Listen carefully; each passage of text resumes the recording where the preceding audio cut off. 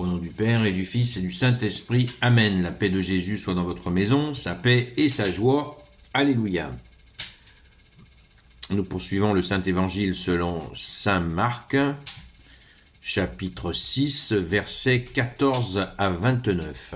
Que ta parole, Jésus, rentre dans mon esprit, que ma bouche proclame ta parole et que mon cœur l'accueille. Amen. La mort de Jean-Baptiste. Le roi Hérode entendit parler de Jésus car son nom était maintenant connu.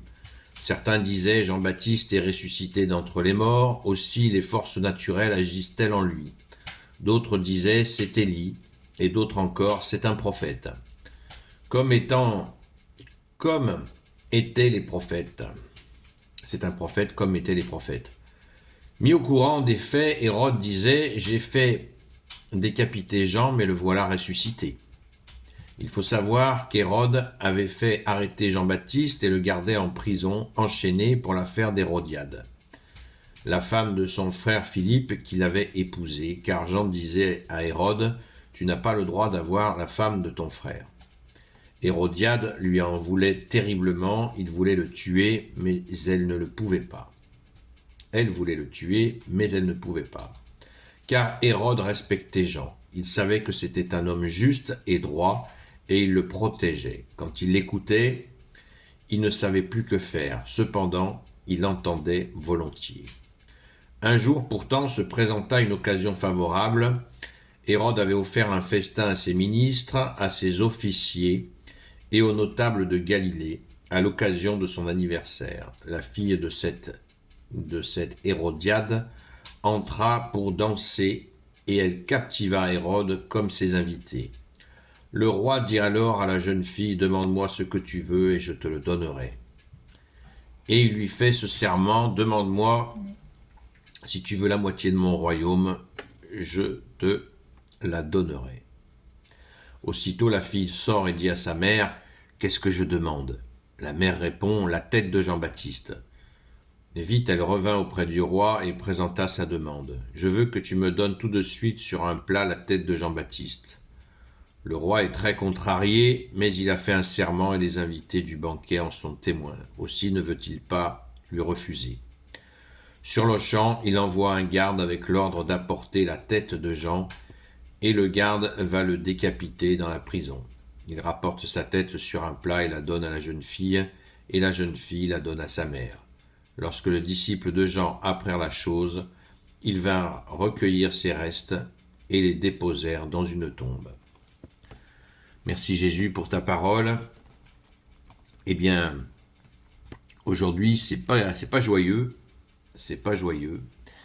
C'est assez terrifiant de voir que peut-être une ivrognerie est à la source de ce drame, de ce martyre pour Saint Jean-Baptiste. C'est assez terrifiant.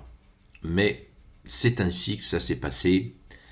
Et il nous faut toujours penser un cran au-dessus que Saint Jean-Baptiste, eh bien, vous savez, avait de nombreux disciples, contrairement à ce qu'on imagine.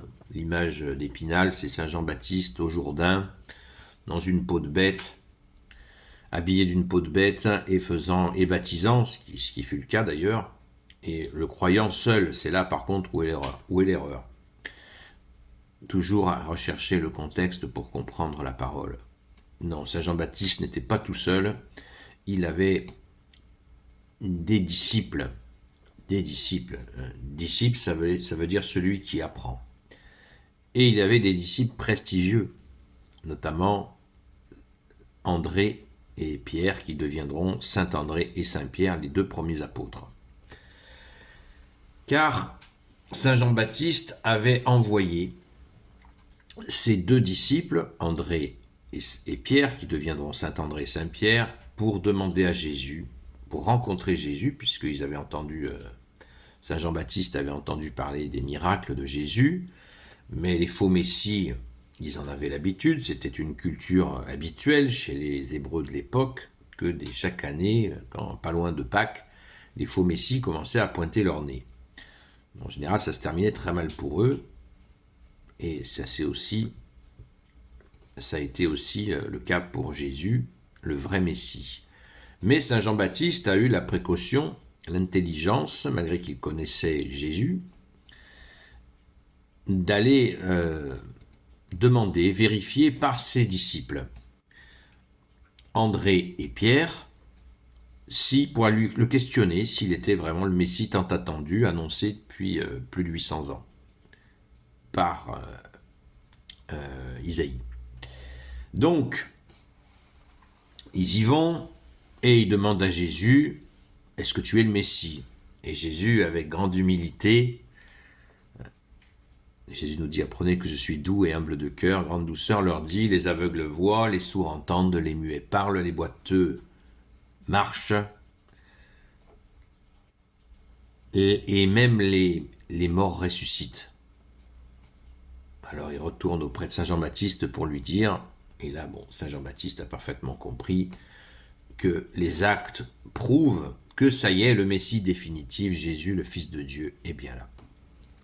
Et on le verra d'ailleurs dans les déclarations de Saint Jean-Baptiste, qu'il a parfaitement intégré, qu'il accueille le Fils du Très-Haut, qu'il accueille puisqu'il va le recevoir, vous le savez, au baptême. Donc,